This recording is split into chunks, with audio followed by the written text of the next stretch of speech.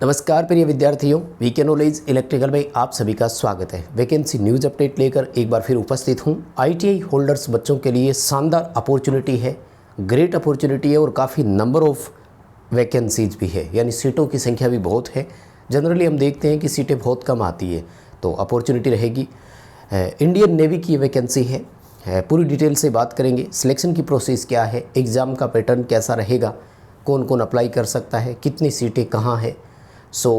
पूरा वीडियो आपको लास्ट तक देखना है। उम्मीद करता हूं कि इस भर्ती से संबंधित जितने भी आपके क्वेश्चंस हैं उन सभी का आंसर इस वीडियो के अंदर है। आपसे निवेदन इतना रहेगा कि आपको ये वीडियो पूरा देखना है, आपके एक एक सवाल का जवाब इसमें होगा। आगे बढ़ने से पहले निवेदन रहेगा कि चैनल से पहली बार जुड़े हैं तो सब्सक्राइब कर लीजिए। हम इसी तरह का अपडेट, कंटेंट और न्यूज़ नोटिफिकेशन इस चैनल पर आपको प्रोवाइड करवाते हैं। आइए माय डियर, वैकेंसी पर एक नज़र डालते हैं। देखो, वैकेंसी का टाइटल आपने देखा होगा, क्योंकि आपको बैकग्राउंड स्क्रीन पर दिख ही गया सब कुछ। ये वैकेंसी इंडियन नेवी की है, ठीक है ना, भारतीय नेवी की वैकेंसी है ये, और सिविलियन की है। जो जनरल पोस्ट होती है सिविलियन पोस्ट कहलाती है ये, ठीक है ना। इसमें सिविलियन स्टाफ के लिए वैकेंसी की गई है और आईटीआई होल्डर बच्चों के लिए 2 पोस्ट इसमें है। 2 पोस्ट का मतलब क्या है, 2 कैटेगरी में। एक है ट्रेड्समैन मेट के नाम से और दूसरा जो है वो है एमटीएस यानी मल्टीटास्किंग स्टाफ। हालांकि इसमें और भी है बहुत सारे, कुक, फायरमैन, उन सब के लिए भी। तो एक एक करके मैं आपको पूरी डिटेल दिखा देता हूँ। चलिए आपको डिटेल दिखाता हूँ। तो सबसे पहले हम बात करेंगे ट्रेड्समैन मेट के बारे में। देखो, पूरी डिटेल आपके सामने है। सेंट्रल सर्विस में आएंगे, यानी भारत सरकार की नौकरी है, केंद्र सरकार की नौकरी है। ग्रुप सी में आपको रखा जाएगा, नॉन गजेटेड है और इंडस्ट्रियल पोस्ट कहलाती है ये, ठीक है ना। पे बैंड और वो कैसा मिलेगा, तो 7वें पे कमीशन के अनुसार लेवल 1 में रखेंगे, जहां लेवल 1 की पहली बेसिक होती है आपकी 18,000 रुपये के आसपास। 18,000 ये DNS allowances, all other benefits जितने भी होते हैं वो सारे बेनिफिट यहाँ पर मिलते हैं। कोई किसी तरह का प्रोबेशन पीरियड या प्रोबेशन टाइम नहीं होता है, यानी सिलेक्शन हो गया तो पूरी परमानेंट सैलरी आपको पहले ही दिन से मिलनी शुरू हो जाती है। हम आपको डिटेल बताते हैं कि आपके ट्रेड्समैन मेट के लिए सीटें कहाँ पर कितनी है। तो ये है आपके सामने टेबल सिनेरियो, जहाँ आप अप्लाई कर सकते हैं, अपना नवल कमांड जो है वो चूज कर सकते हैं, नेवी कमांड चूज कर सकते हैं। फर्स्ट ऑफ ऑल देखो, वेस्टर्न नवल कमांड जो है यहाँ पर टोटल 135 सीटें हैं, जिनमें से अनरिजर्व के बच्चे के लिए 59, एससी वालों के लिए 19, एसटी के लिए 9, ओबीसी के लिए 36 और ईडब्ल्यूएस के लिए 12 सीटें यहाँ पर रिजर्व रखी गई है। यानी टोटल 135 है, जिनमें से ये सीटों का डिस्ट्रीब्यूशन होगा। आई थिंक एनफ सीट है, चूज कर सकते हैं आप। उसके बाद में आता है ईस्टर्न नेवल कमांड। ये थोड़ा सा लोकेशन आप देख लेना अपने किस हिसाब से। जैसे मैं बात करूँ, राजस्थान वाले हैं तो वो ईस्टर्न में ही अप्लाई करें, है ना। वेस्टर्न मतलब एक तरह से पश्चिम में चला गया, राजस्थान वाले वेस्टर्न में कर सकते हैं, सॉरी, ठीक है ना। और उसके बाद में साउथर्न, यानी ये दक्षिण कमांड वाला है, ठीक है ना। उत्तर दक्षिण और पश्चिम, ये 3 ही है इसमें, ठीक है ना। 3 ही है इसमें और नहीं है। तो उनमें से देखो 15 सीटें जो है वो ईस्टर्न कमांड के लिए है, और अगर साउथर्न कमांड की बात की जाए तो यहाँ पर टोटल 11 ही सीटें हैं। तो सबसे ज़्यादा सीटें भी देखो वेस्टर्न कमांड में है, तो यहीं जाना चाहिए आपको। 135 सीटें हैं आपके लिए, यानी टोटल अगर बात की जाए तो 161 सीट आपके लिए है, ठीक है ना, ट्रेड्समैन मेट के लिए, जिनमें आप अप्लाई कर सकते हैं। इनके अलावा एक पोस्ट और है जो मैं आपको बताना चाह रहा था, वहाँ डिटेल में आपको ले चलता हूँ। ये रहा एमटीएस, मल्टीटास्किंग स्टाफ जो है, यहाँ पर भी आईटीआई वाला बच्चा अप्लाई कर सकता है, और सेम पोस्ट है, सेम वही लेवल 1 18,000 की बेसिक, ठीक है। तो इसमें साउथर्न नवल कमांड में ही वैकेंसी है, और एमटीएस की जो आपके लिए सीटें हैं वो मात्र 16 सीटें हैं। तो ट्रेड्समैन मेट वाला मुझे लगा ज़्यादा सही रहेगा, तो आप उसमें अप्लाई कर सकते हैं। और एज क्राइटेरिया या उसके पहले चलो एजुकेशनल क्वालिफ़िकेशन का मैं आपको ले चलता हूँ, वो ज़्यादा ज़रूरी होता है ना। फिर एज क्राइटेरिया पर भी बात करूँगा, ठीक है ना। हाँ, एज क्राइटेरिया चलो आ ही गया तो मैं आपको दिखा देता हूँ। ये देखो, ट्रेड्समैन मेट के लिए जो एज का क्राइटेरिया रखा गया है ना, वो 18 से लेकर 25 वर्ष तक ही है। तो ये अभी कल एक और वैकेंसी आई थी, उसमें भी सेम यही था, 18 से 24 वर्ष ही था उसमें, तो नहीं 18 से 25 ही उसमें था। NPCIL नरोरा वाली वैकेंसी थी, उसमें भी ITI वाले बच्चों के लिए था और सेम क्राइटेरिया था। अब देखो ये क्राइटेरिया जो है ना, इसके लिए मैं हमेशा बोलता आया हूँ, नहीं लिखा हुआ हो तब भी आपको याद रखना है कि ये अनरिजर्व कैटेगरी के लिए होता है। रिजर्व कैटेगरी वाले बच्चे जितने भी हैं उन सबको थोड़ी थोड़ी छूट मिलती है। लाइक अगर आप OBC से हैं तो आपको 3 वर्ष का इसमें एज का रिलैक्सेशन मिल जाएगा। तो OBC से अगर आप हैं तो 18 से लेकर 28 वर्ष की एज आपके लिए हो गई। अगर आप SC या ST से हैं तो आपके लिए 5 वर्ष का एज रिलैक्सेशन है। अगर कोई फिजिकली हैंडीकैप्ड है तो उनको 10 साल की छूट और वो भी मिल जाती है। तो इस एज क्राइटेरिया में आपको अप्लाई करना है, जैसे भी हो क्राइटेरिया फुलफ़िल कर पा रहे हो तो बताना, ज़रूर भर देना, ठीक है। और मुझे पता है यहाँ कुछ बच्चे बाहर भी होंगे, क्योंकि पिछली वैकेंसी पर जब ये एज क्राइटेरिया था तो नीचे बहुत सारे बच्चों का आया था, बोले बाहर हो गए। एक ने तो लिखा था कि इस वैकेंसी के हिसाब से तो हम बूढ़े हैं जी।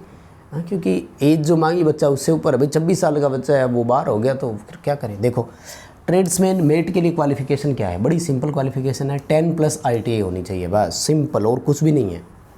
ITI किस में हो, सब तरह की, कोई भी ITI हो।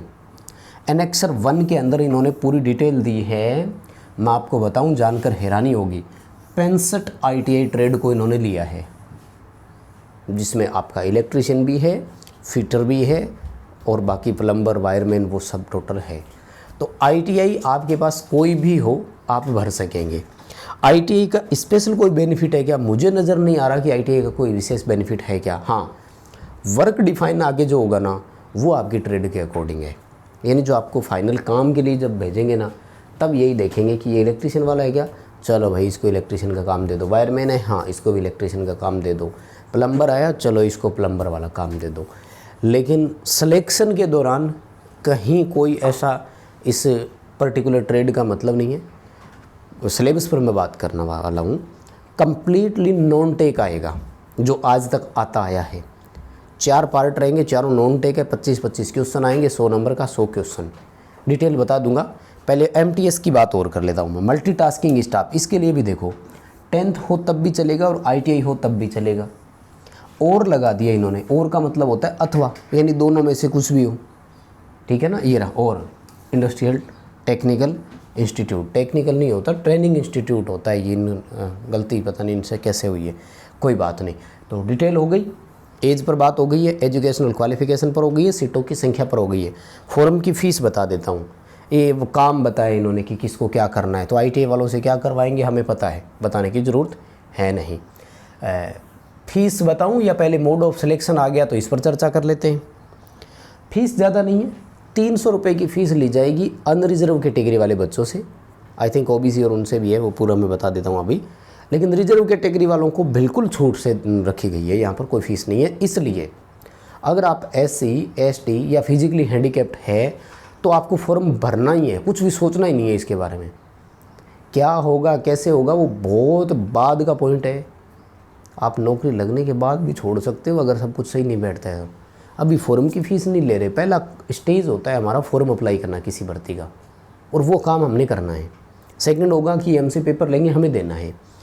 थर्ड होता है कि हमारा आगे का प्रोसेस, सिलेक्शन हुआ कि नहीं हुआ, हो गया उसके बाद है ज्वाइनिंग। अब सोचो कि ज्वाइन करूँ कि ना करूँ, कहाँ मिली पोस्टिंग, क्या मिली। बेरोज़गार हो तो कहीं भी मिले पोस्टिंग करो ज्वाइन। अब सोचना है कि मुझे दूसरी मिल गई नौकरी, अब इसको छोड़ूँ कि नहीं, तो दोनों में कंपेरिजन कराओ। ये प्रोसेस अपनाया करो, और बहुत सारे बच्चों के साथ ऐसा हुआ भी है। तो क्या डिटेल देखो इन्होंने क्या लिखा है। मोड ऑफ सिलेक्शन में एक पेपर लेंगे, और पेपर आपका हिंदी और इंग्लिश दोनों भाषाओं में होगा। लेकिन जो इंग्लिश वाले क्वेश्चन है ना, वो केवल इंग्लिश में ही होंगे, वो नहीं होंगे दूसरी भाषा में, ठीक है। लैंग्वेज पर्टिकुलर जो होती है, जैसे हिंदी के आएंगे ना तो फिर वो हिंदी में ही रहेंगे, उसको इंग्लिश में ट्रांसलेट करके नहीं देंगे आपको। तो देखो जनरल इंटेलिजेंस के 25 क्वेश्चन आएंगे। जनरल इंटेलिजेंस का मतलब है सामान्य तार्किक क्षमता, यानी जिसे आप रीजनिंग बोल दो तो चलेगा। जनरल अवेयरनेस यानी सामान्य जागरूकता। सामान्य जागरूकता में क्या आता है, पूरे देश का कोई भी नॉर्मल GK, करंट वाला भी हो सकता है, पुराना भी हो सकता है, मतलब एक आंकड़ा टाइप होता है इसमें सीधा सा, ये भारत के 13वें प्रधानमंत्री कौन थे, सवाल पूछ लिया सीधा सा। ऐसे क्वेश्चन आते हैं। क्वांटिटिव एप्टीट्यूड, क्वांटिटिव एप्टीट्यूड को आप मैथ बोल सकते हो, पर थोड़ा सा मैथ कार इसमें फ़र्क होता है। ये रीजनिंग टाइप वाली मैथ आती है ना, वैसे भी बीच में डाल देते हैं ये, मतलब रीजनिंग मैथ वाली रीजनिंग प्लस 10th लेवल की आपकी रीजनिंग, और जनरल इंग्लिश उसके भी 25 क्वेश्चन, 100 क्वेश्चन आएंगे, 90 मिनट का समय मिलेगा, आपको करना होगा। ठीक है। सिलेबस नीचे इन्होंने बताया है, बिल्कुल नॉर्मल सिलेबस है ये, मतलब 10th स्टैंडर्ड का ही है। आगे टॉपिक को बाइफर्गेशन किया हुआ है कि टॉपिक कैसे कैसे आएंगे, बांटा हुआ है आगे, तो वो कोई बड़ी बात नहीं है, इसका इतना सा ध्यान रख लेना। ठीक है।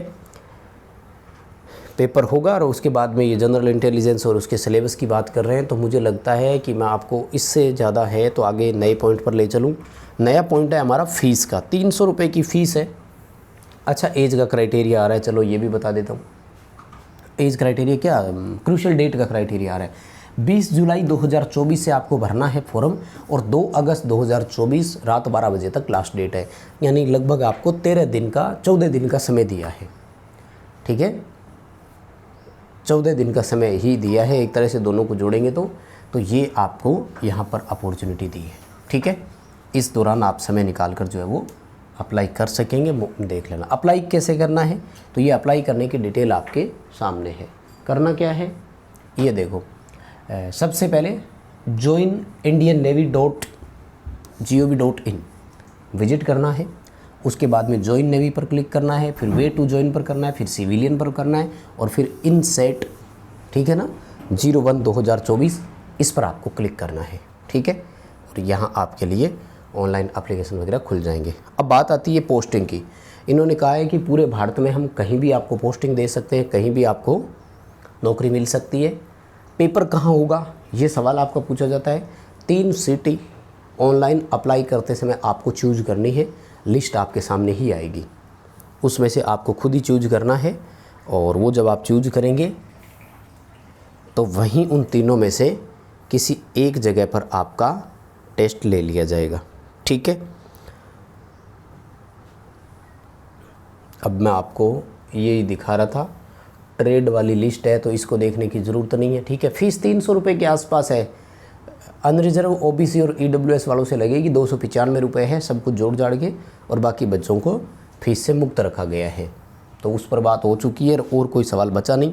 ये है पर्टिकुलर आपके ट्रेड्स जिनका नाम लिखा है, और ये रहा जी श्रीमान स्पष्ट आपका इलेक्ट्रीशियन। ठीक है, तो भर देना। मुझे लगता है हमारे साथ जनरली इलेक्ट्रीशियन वाले बच्चे ही है।